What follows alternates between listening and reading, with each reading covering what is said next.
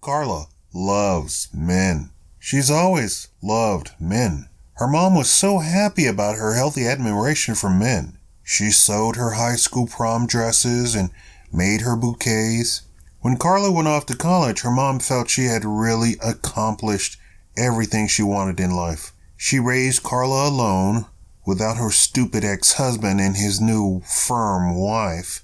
How could he marry a 20-year-old at 50? She thought he was disgusting.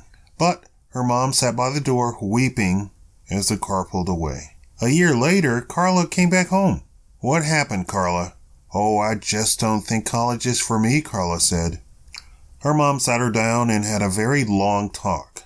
They had spent a year getting her over 100 tiny scholarships of less than $100 each to get her into school without paying a good 20% of the school tuition on student loans. Carla would not be wasting all that time. So off she went back to school. No joke, school was tough for Carla. She kept dropping and dropping classes to find easier and easier classes. She ended up with a sociology degree. She ended up with C's and D's, though. She told her mom it was a blessing for her to even get that. So now what, Carla? Carla said she wanted to travel, meet people. Again, her mom sat her down and asked her one simple question. Where is she going to get the money to do all this traveling? Carla told her mom that she saw it all the time on Instagram. She'd work and make her way each day. 5 years later, Carla showed up. Indeed, she had been traveling, but she was penniless. Quickie Mart is hiring. Yeah, well, Quickie Mart is always hiring. Her mom asked her why she didn't go down to the county and apply for a position with her degree. Carla came back home the next day and told her mom her bad grades and being out of school for 5 years with no experience, they wouldn't hire her at the county. And there were 20-year-olds getting out of college and interning, and they got the positions. But good news is she starts Quickie Mart tomorrow. Carla turned 30, but didn't have a party in her tiny one-bedroom apartment.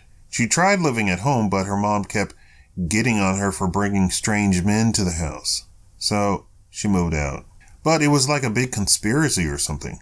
As soon as she moved into her tiny apartment, no one ever even asked to hook up with her. Yet she put on a few pounds, but she wasn't obese or anything.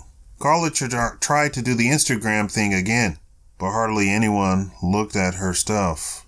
Maybe she should lose weight. She tried, but now she found it hard. Everything seemed harder. Carla's mom called. Cole, her old boyfriend, was coming over for lunch on Saturday. Carla dressed up. You never know. He had always liked her. Sure enough, Cole was there Saturday, and so was his gorgeous wife and their 2 kids. Carla's mom got a kick out of holding the youngest, who was just 9 months old. Cole's wife said it was the best thing to have a bit of space between the boys. So one was 5 years old and the other one was 9 months old. Since she was a bit more experienced with the older boy, the youngest was like a breeze to her.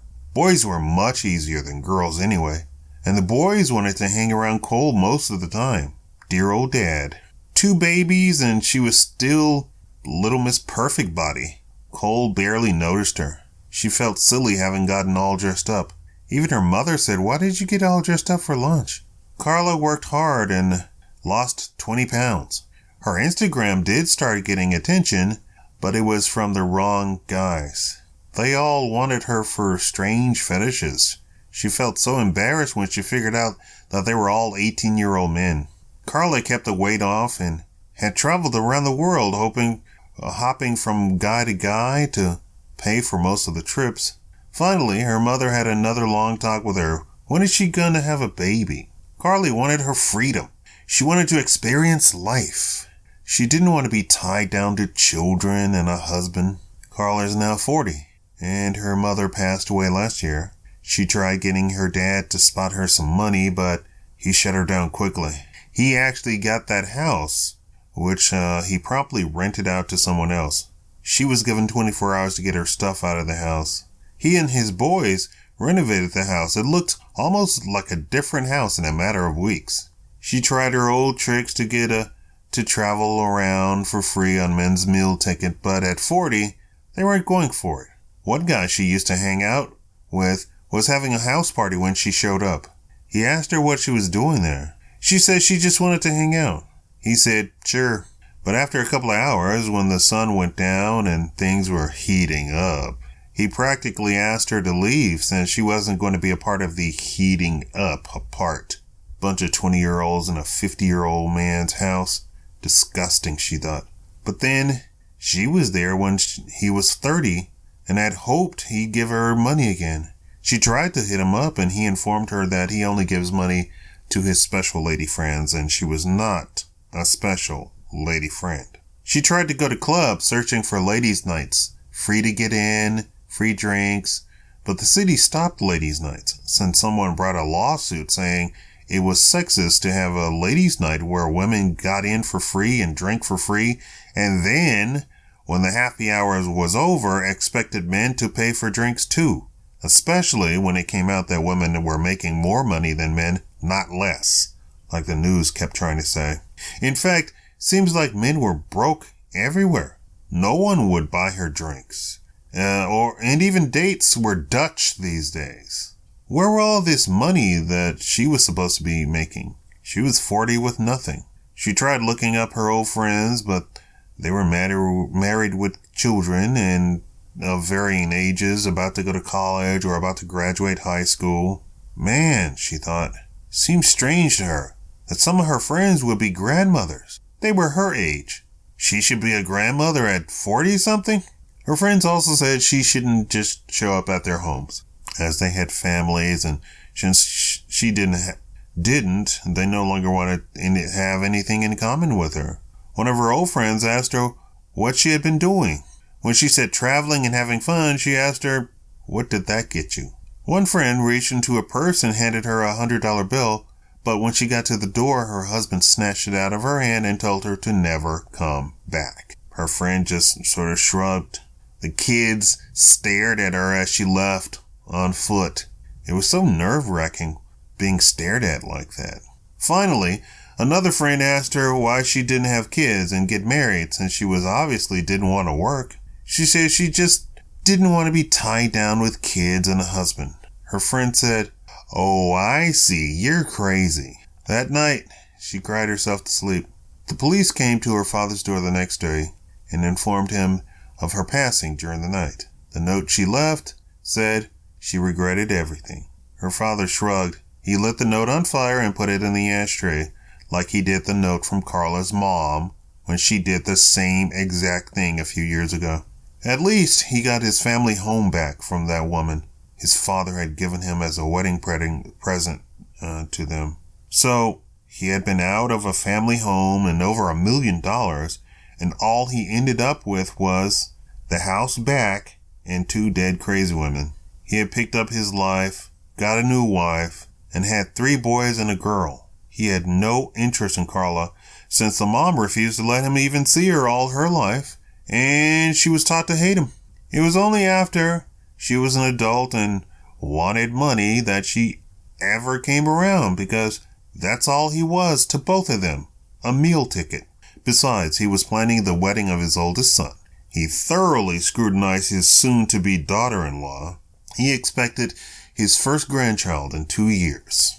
This story is based on true stories, surveys of childless millennials, and never married, no kids, millennial women. The number of childless women hit an all-time high of over 50% ages 18 to 40 in 2018. I think it was 2018, maybe 2016. The number of never married women also hit a record high. But these stats are only for white millennial women. Black women are getting married and having children. More good news, black teen pregnancy is the lowest out of all groups. And it's low across the board, of course. So I'm saying teen pregnancy is low across the board, and in black teen pregnancy, it's the lowest out of all the groups. In fact, fertility of white women is at an all-time low, while African fertility is at an all-time high. But what people don't add in that is that Africa is still trying to recover from the devastation of the past 400 years, where millions of Africans were stolen from Africa. Whole countries in Africa today are wrestling with a human capital shortage still, and the governments are promoting fertility. The richest nation in Africa, Nigeria, has the highest fertility. I think it's something like 8.